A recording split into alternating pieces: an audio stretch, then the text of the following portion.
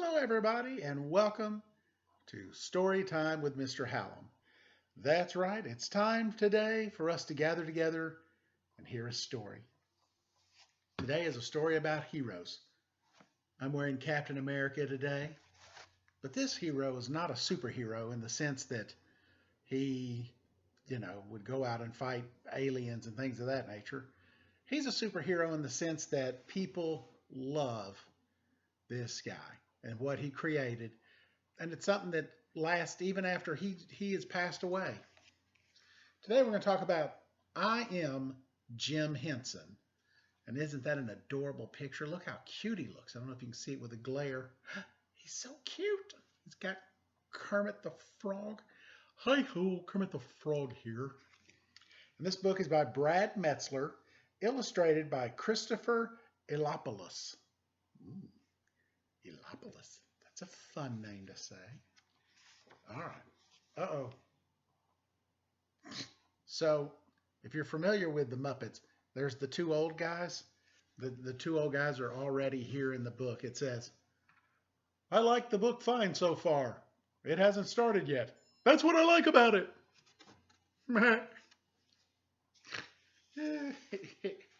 Those dudes are awesome. All right. I am Jim Henson.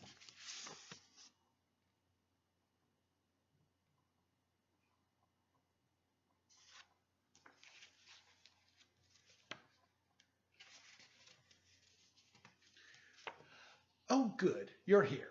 What's the fun of a story if you don't have anyone to share it with? Growing up in Mississippi, I used to love to watch birds. I even made my own book where I'd list each bird I saw and add my own drawings. That bird up there is my favorite, the blackbird. Blackbirds have fun personalities, and I also love their other name, the grackle. Don't you love funny names like that? My whole life I loved kooky words. You want to know what else I loved? Laughing. As a kid, this was one of my all-time favorite family jokes. My mom used to play it on my brother and me. Say when. Gee, that's enough. Mom, that's enough. You didn't say when. And look, she spilled milk all over the place.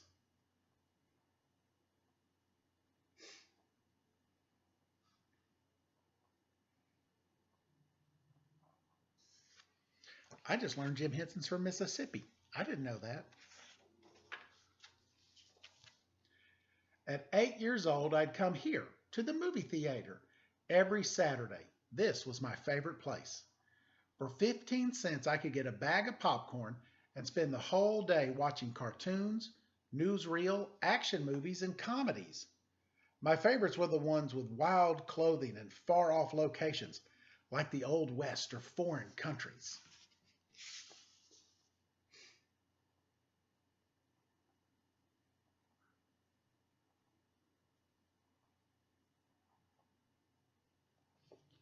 Could you imagine going to the movies for 15 cents?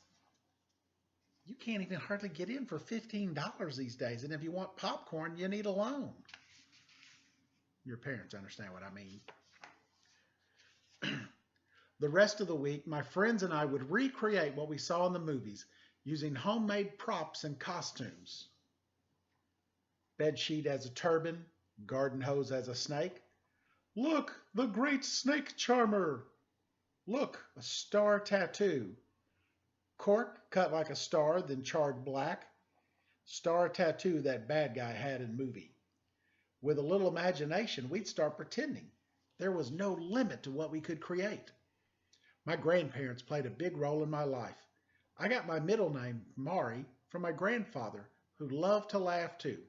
But he never laughed at anyone, never made fun of people. As for my grandmother, she was my best audience. When she came over to visit, we'd use paint, glue, and crayons to make the most amazing art projects. She was the one who encouraged me to draw things that made me happy. Monsters with giant mouths and birds with big eyes. Ta-da! I adore it, Jimmy. Now, tell me a story about each creature.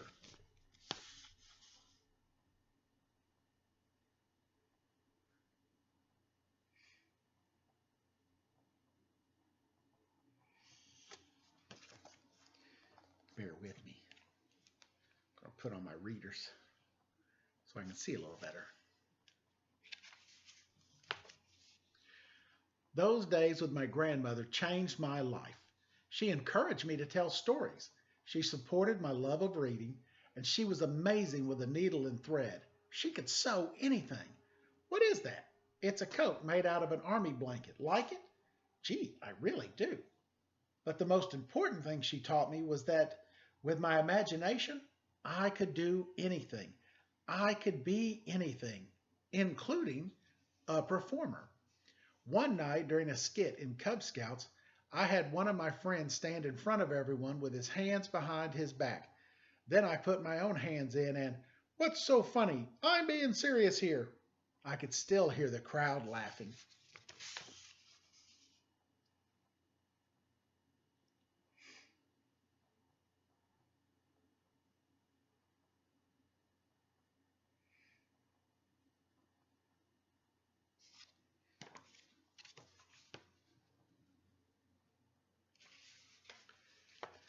I always loved a good performance. Growing up, I listened to shows on the radio like Green Hornet and The Shadow, and one of my favorite comedians, a ventriloquist named Edgar Bergen. Even though Edgar Bergen did the voices, I never thought Charlie McCarthy or his other characters were puppets. They were human to me. His work was magic, magic in the real sense. It seemed impossible. That's what magic is. It creates wonder. It creates dreams that inspire. I'd seen their pictures in newspaper, but here, with each show, an ordinary object came to life. Once upon a time, long, long ago. Funny, nothing ever happens nowadays. Something happened when Edgar spoke through Charlie. The puppeteer wasn't just sharing jokes, he was sharing the best parts of himself, and people were listening.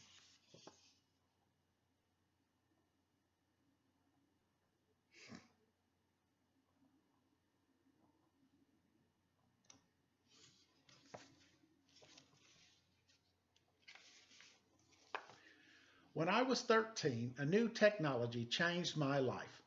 At a friend's house, I saw an invention called television. You have a television? We just got it. Isn't it cool? Can we get a TV? Can we get a TV? Can we get a TV? Can you please stop? Sure. Now can we get a TV? I wouldn't give up. Soon my parents gave in. On TV, I found comedians like Sid Caesar, Milton Berle, and Jack Benny. One of my favorites was Ernie Kovacs, who tilted the set and camera so everything slid sideways. I especially loved variety shows, which had big casts and would sing and dance and do comedy.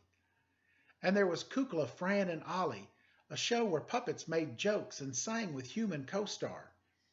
The way they talked to each other, it was like those puppets were alive. Right away, I knew one thing. I wanted to work in television.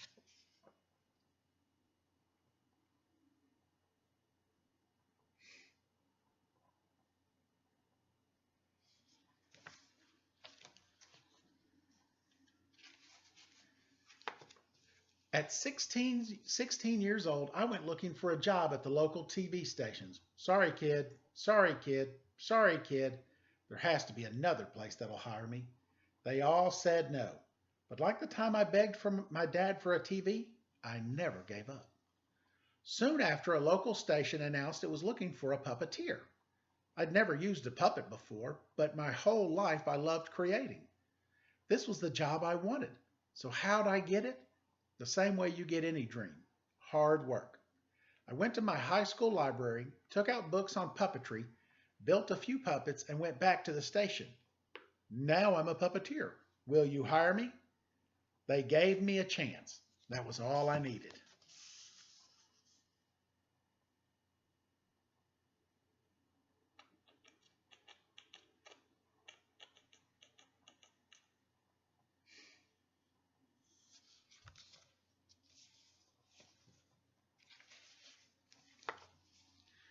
Was my first show a success?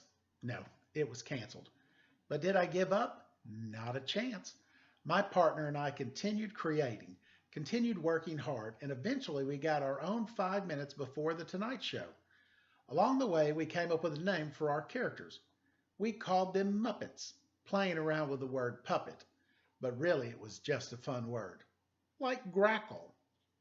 By the way, this is Jane. She worked on the shows with me. We're going to get married one day. Wait, married? Don't ruin the ending. Our show was called Sam and Friends. We needed a new puppet, and the answer was right in plain sight. I was 18 years old and found my mother's old wool coat. I cut it apart and sewed a new body. My grandmother taught me that one. I gave it a pointed face, glued on the halves of ping pong balls for eyes, and then I became one who performed his voice. Yes, he was turquoise back then. He wasn't even a frog, but he did have a name, Kermit.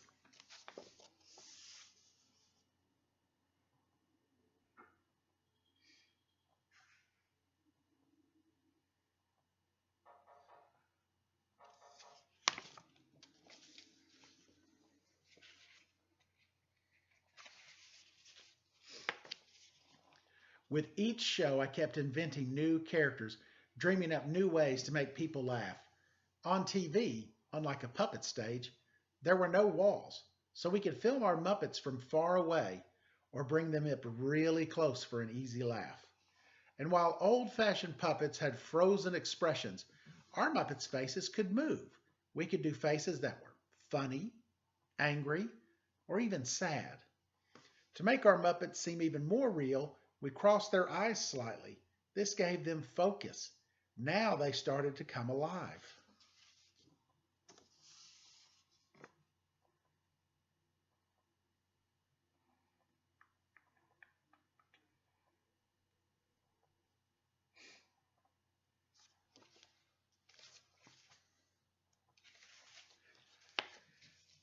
But do you want to know my real secret? Practice. We would practice in a mirror over and over until it was just right. The only way people would feel a sense of wonder was if we could give each character a life of its own. Let's do it again, fellas. This is Jerry Jewell, who writes for the Muppets, Don Salhan, who helps build Muppets, and Frank Oz, who will be the voice and performer of Grover and even Yoda. Who's Yoda? Don't ruin the ending. We did commercials and performed on other shows, but like so much of life, it was all just training for our next adventure. Two TV producers named Joan Gans Cooney Here are a few and popular things on John. TV today. At 1:30 p.m. Toluca versus Cruz Alexa, on. stop. Sorry, I said something that made Alexa chime in. Two TV producers named Joan Gans Cooney and John Stone were about to give me the opportunity of a lifetime. We want to create a show that will change the lives of children, especially those whose families don't have a lot of opportunities. We want a show that can help them learn to read and count. It can be funny, right? They even had a name for it.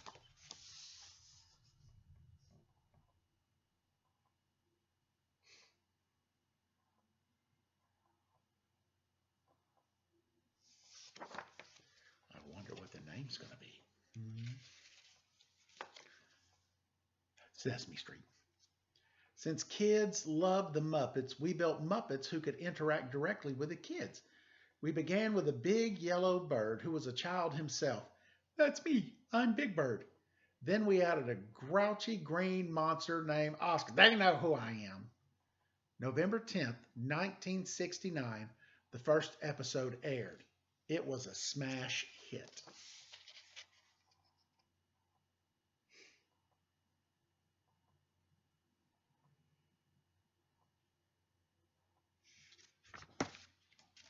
I was like 4 months before my birthday.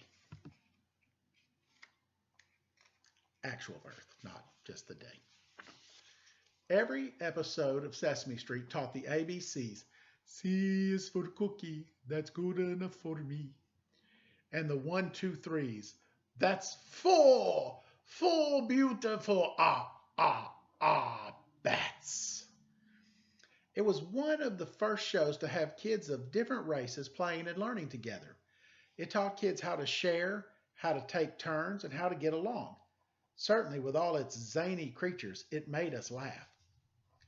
But at its best, with songwriters like Joe Raposo, Sesame Street made us think, especially about what kind of people we want it to be.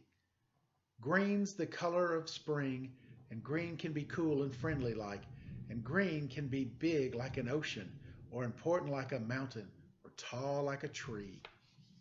Through song, the whole world heard that green, and all of us, can be anything. Isn't it beautiful to see the world like that? In fact, Kermit's humor never came from making fun of people. It came from bringing us together. By focusing on the good in everyone, my own sense of wonder took over, and my dream of entertaining others came true.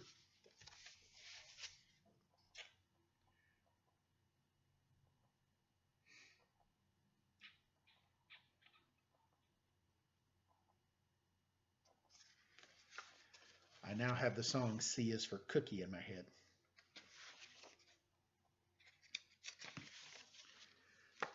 The Muppets and I went on a new adventures and got to bring along some favorite old friends. It's the Muppet Show with our very special guest star, Mr. Edgar Bergen. Every week on the Muppet Show, frogs, pigs, bears, and creatures of all kinds reminded the world that despite the chaos, chaos, chaos. Thank you, thank you, thank you. Oh boy, what a crowd. I don't approve of belly dancers. Why can't they dance on the floor like everyone else? Oh, waka waka. Good grief, the comedian's a bear. Sorry about that, folks. As I was saying, on The Muppet Show and on Sesame Street, I wanted our audience to know that despite all the chaos and despite our differences, there's nothing more fun than being together. From there, I never stopped creating and dreaming. In fact, the more we performed, see how many of these guys you know. I'll scoot my fingers out of the way.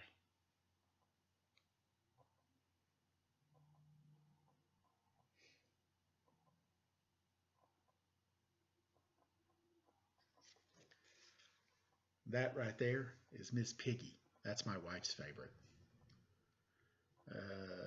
I liked Beaker. He didn't say a lot. He just was like, bah, bah, bah, bah. And I also like the Swedish chef. Horden, Berlin, Furden, Schurden. Burden, Furden, Schurden, Burden, Furden, Schurden. You never understood what he said, but yet you did understand what he was saying. That's what made it hilarious. The more fun we had and the more my dreams grew, bringing millions of people together, what could possibly be more magical than that? Life's like a movie. Write your own ending. Keep believing, keep pretending. We've done just what we set out to do, thanks to the lovers, the dreamers, and you. And you can see the picture with the puppets and the puppeteers.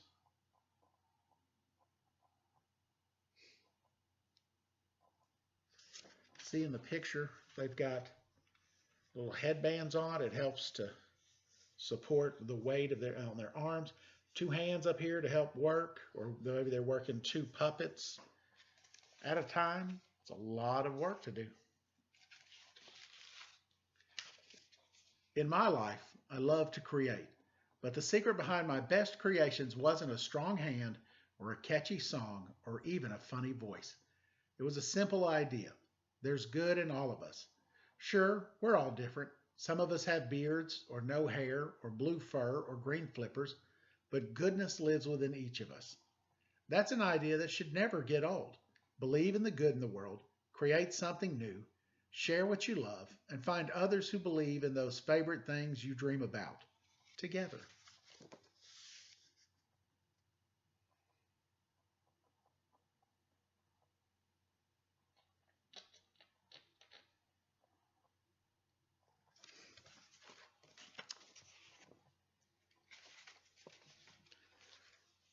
Together, we can make magic.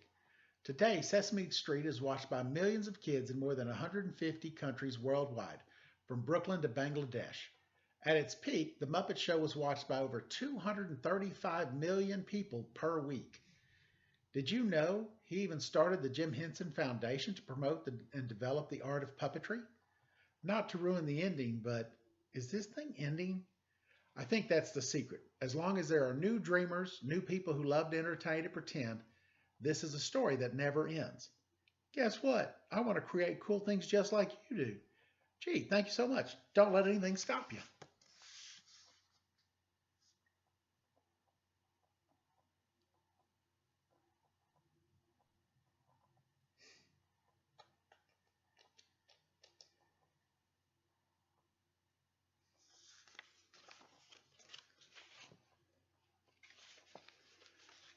It starts when we're kids. That's when we learn some of the best things in life.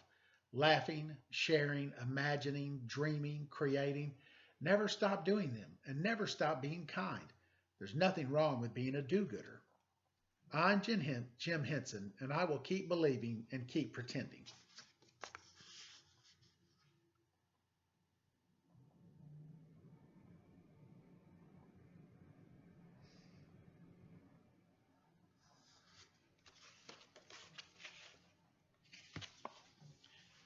I've got a dream too, but it's about singing and dancing and making people happy. That's the kind of dream that gets better the more people you share it with. Kermit the Frog. And then there's a picture of actual Jim Henson. That's a dapper looking gentleman right there.